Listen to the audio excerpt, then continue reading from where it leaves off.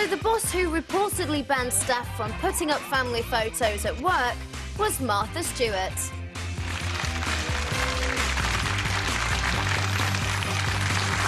Oh, that's right, American cooking guru Martha Stewart banned staff from putting up photos and other personal clutter in the office. She likes to keep a clean space to do her insider deals on. Joke! Joke! In the final part of this morning show, I'm trying to find out if even the proudest of parents should leave their baby photos at home rather than sticking them all over their workspace, wherever that might be, factory, office, cab. 0207 173 5555 is the number if you've got something to say. And while you're dialing, we're going to find out what David, Heather and Wendy think. The Right Stuff team, you see, has been debating this major issue for some months. The breeder contingent has divided into two groups. The ones who have photos of their pug-faced spawn on their desks, or even as screensavers on their PCs, and the ones who don't, who leave their mementos at home. So taking babies to work, baby pics to work, has become really, really fashionable of late. When I started work in 1867, no one had photos in the office. Then I noticed, this is what I noticed first, cab drivers. Sticking baby photos on their dashboards. The next thing I know, I can't find my telephone on my desk because someone stuck family photos all over it. What are these people trying to prove? That the old man isn't firing blanks? That their baby's better looking than yours? I think digital cameras have got something to blame here. Pre-digital days, you could take, what, 36 photos? You had to wait days for them to be developed. They were always blurred. Now, it's a different story. According to the Brand New Dad website, one father has taken 2,575 pictures of his 7-month-old daughter. It's over 100 pictures a day. Yeah. And guess what? He's plastered his office with them. Thanks, mate. And if you're not cluttering up the office with photos of your rugrats, you're sending them to the friends and relatives, filling their email in trays with endless images of bald, vomit-stained consumers incarnate. This isn't how it used to be. If you need to remind yourself of what your kids, assuming they're your kids, look like when you're at work, you can gaze at the images you've saved on your phone, can't you?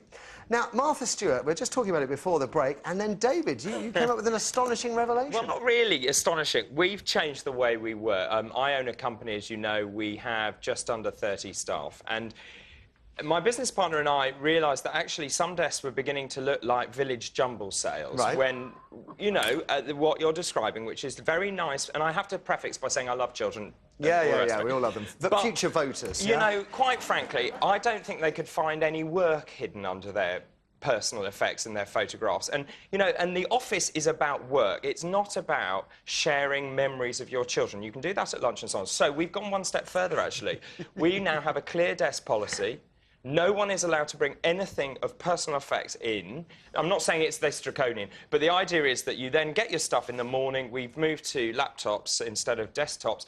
And also, when you log in, you can't have a screensaver with your little one because it goes to the corporate screensaver. And the reason for that is there are lots of reasons behind it. Well, there are lots of reasons behind it, which is that, you know, at the end of the day, we are there to service the clients and to do a really good job. And I just think there needs to be some discipline in the office. And I know I'm going to get we're going to run out of time. Heather, then, come on, you were putting faces there. What do you think? Well, I think that's quite harsh. I'm not saying that... But some people do abuse it, don't they? I think to myself, if you have a policy where you say, you know, you can only have one picture or something, but no pictures and then no screensaver.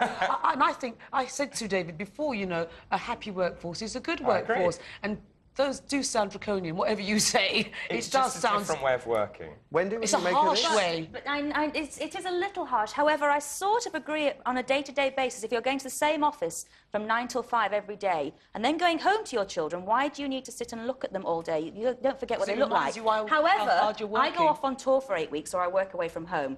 I have one picture that I carry in a frame of my daughter because I'm not going home every evening.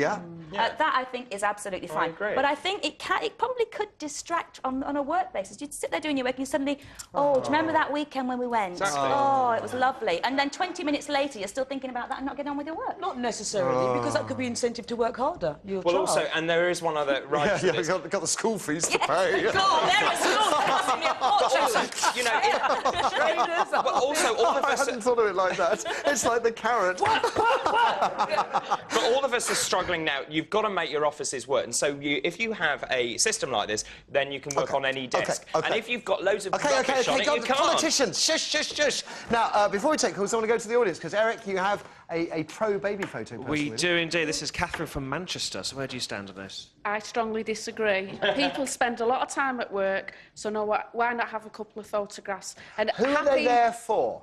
For themselves, because For you or for other workers? For themselves, not for other people. Why can't you just look at them on your mobile phone or because carry that's one in your distracting. purse? I've got to get the mobile phone out and start looking at it, haven't they? If it's there, they don't have to talk about it. Actually. Good point. I like her. OK. Let's take a call, he says, changing direction. Kirsty.